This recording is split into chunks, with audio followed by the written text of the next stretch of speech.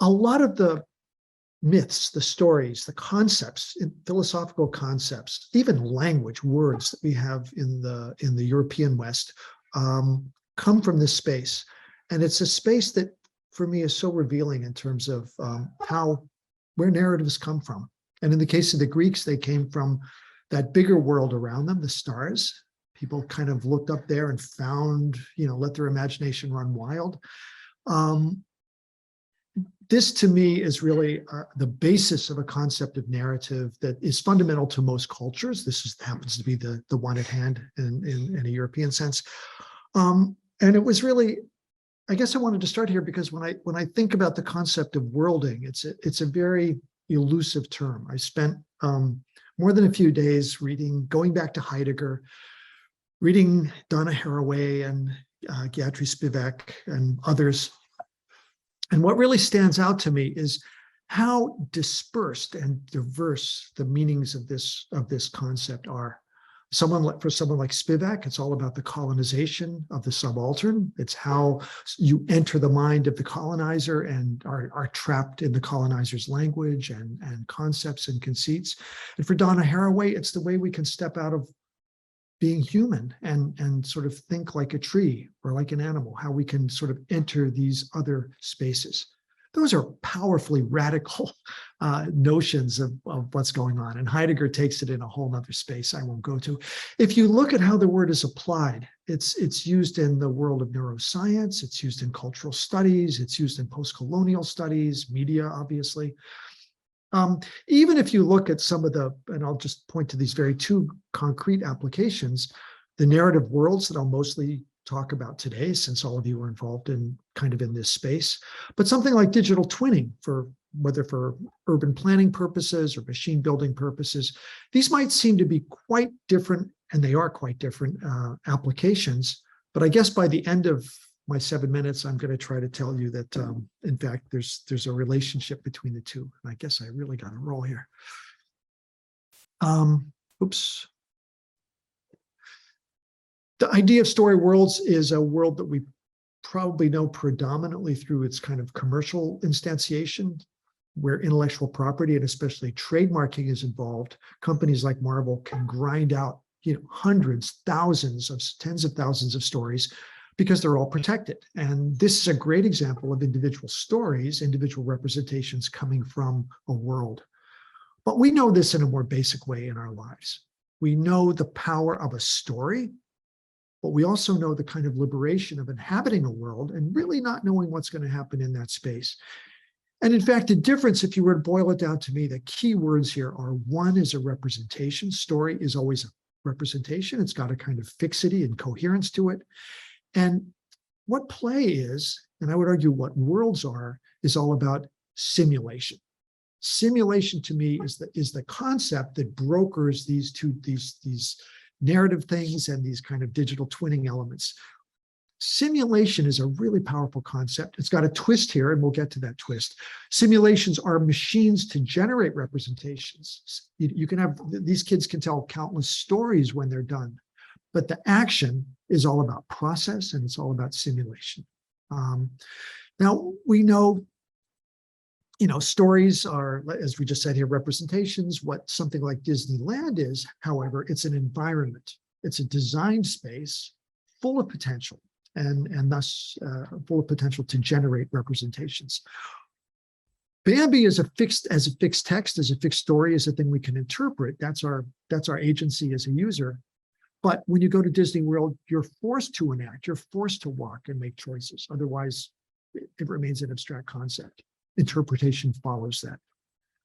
Bambi is a fixed story, whereas something like entering a world and in the space of simulation is dynamic, user enacted. One is really easy to collect and organize and put in libraries. Experiences, though, are a lot harder to capture. And therefore, this, despite how profoundly important this is in our lives, it tends to be a little bit on the periphery because we can't really aggregate it, concretize it, collect it, even monetize it. Long history to this idea of narrative as not just the fixed story like Bambi, but in fact, the process of discovery. And someone like Carlo Ginzburg has done a brilliant job of articulating this. He talks about the Venadic tradition, what you could really call story finding, where spaces, environments, ecosystems are full of potential stories. And actually what goes on is that we, the user, find our own way. This isn't about the teller that happens at the end of the day by the campfire. This is about the discoverer, the process, again, the simulation. The word subjunctive really leaps out to me here. Subjunctive is a word you probably last heard in grammar class, but it's that case where it's the as if, the what if. And that's what these spaces are full of. What if this happened, or what if that were to happen? What if I went this way? What if I went that way? And of course, we know we have media forms today that thrive in this space. I put cats out my window there, but what if I click on this button? What if I click on that window? What if I turn left or right? VR chat spaces, Grand Theft Auto games, all of these are about a kind of new construction, a new collaboration between the author as an environmental designer and the user, the reader, as someone that has to activate and bring those spaces to life. These are spaces that hold myriad possible texts in the sense of Bambi, the book. There are, infinite numbers crammed into these environments. Agency is shared. Multiple points of view go without saying. And this is like a wonderful, great thing. Oops, shit, I hit my 7 minutes. Oh. But also, that was fast. They're also quite threatening, especially to people that want to control information, control the narrative. The world is full of invitations for us to engage in this. I mean, and I think this points to really one of the clues about the trick behind designing worlds. It's really about framing.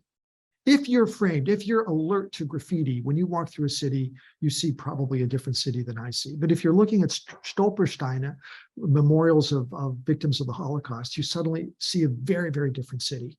So the trick of worlding is to frame, which enables markers to be mobilized and gives them a kind of coherence. So the same space, in other words, can hold countless narratives, and they can be narratives that of history, things that happened, narratives of potential, like what if there's an atomic attack, we go to the air raid shelter, or the kind of more fantasy stuff. There are some wonderful experts to learn from. Religion is a wonderful place to learn about worlds. These religions have built these amazing worlds, and they generate infinite numbers of stories. They're all bound, they're framed, there's an orthodoxy, and you can step out if you want to, or kicked out, but we can learn from this space. But even literature and people we take to be authors in the old-fashioned sense, like the Brontes, in fact, spend a lot of their time sort of world building.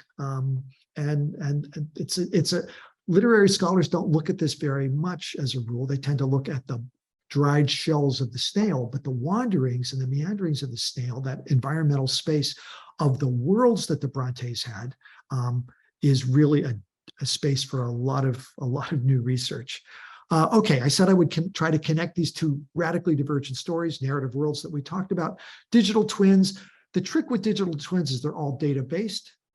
And that layer 4 and 5 at the top, there's a constant flow back and forth between the real world and the represented world, the twinned world, in terms of data and information. You might think that doesn't happen so much with narrative worlds. Deep history to this, you could say that things like war games, these are simulations, not digital twins, obviously, but they lay the basis for digital twins. Whether war games here, where you simulate the field and you figure out what if, but in a very consequential way, in a very declarative way, or more declarative simulations, like these models of the solar system, where it's not a representation, it's actually enables simulation of what different effects will be. And we know that there are lots of these, right? Water tunnels, wind tunnels, flight simulators, weather modeling, and financial modeling systems. All of these are not representations, rather they're more simulations in the sense that they enable a lot of mobility. happens in architecture all the time, where like, what if the wind blows this hard, and what if the ground shakes that much, and what if, so there's, just to say, there's a rich and deep history of predecessors to the digital twinning model. The twist of digital twins, of course, is what I just mentioned, this real-time data exchange and response. There's a recursiveness here. And I would argue to you that in this soft world of fiction and fantasy and narrative, there's also a feedback loop. There's also a way in which these systems enable us to imagine, to project, to give concreteness to things that would otherwise be non-concrete, and to be able to share things and spaces and experiences that really would not be shareable without this envisioning process. A couple of things to be awake for. Representation, we've figured out by now, is always partial. Right? You see the bus from this angle, but not the other. You hear this story, but not that story. And it's inevitably bound up with point of view. So we've kind of figured out how to critique representations. Simulations, by contrast, worlds share the very same problems. What data is included and what is smell included as a data point in our urban modeling or not? Usually not. So there's a lot of occlusions there that we tend not to think about because we're tricked by our freedom to wander and to find our own way. It's seductive, and we really need to stay alert for the constraint and the structuring mechanisms. I think the clue to that, or the answer to that, is to find a way to make visible the constraints of the system, the assumptions of the system. That is where I think world builders need to be a lot more attentive, because if the people who enter your world understand its constraints, then they can critique it. They have a stance to critique it, rather than being seduced by the wow factor of being able to wander endlessly. Behind all of this is this popped up in a dream last night, but it seemed relevant.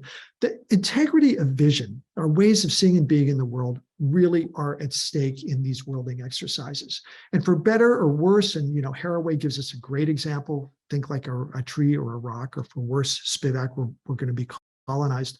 Worlding offers a way for us to resituate ourselves through the simulation of both what passes for real, the declarative, and what promises with potential, the what if. What I love with both of these maps, and I'll shut up with this, the center of the European world in the 16th century is Jerusalem, and the center of the Islamic world still, I guess, is Mecca. And that's what both of these maps represent in their own very different ways. But we always think that our way of representing is the right way. And, and I guess we really need to acknowledge that the multiplicity of modalities. Okay, I will stop with that.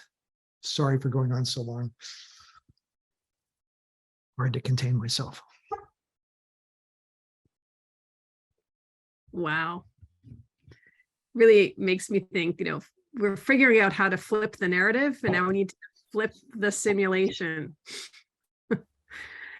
Thank you so much, William. Yeah, well, thank you. Wonderful. Just success over these next few days. What amazing projects. Good luck to you.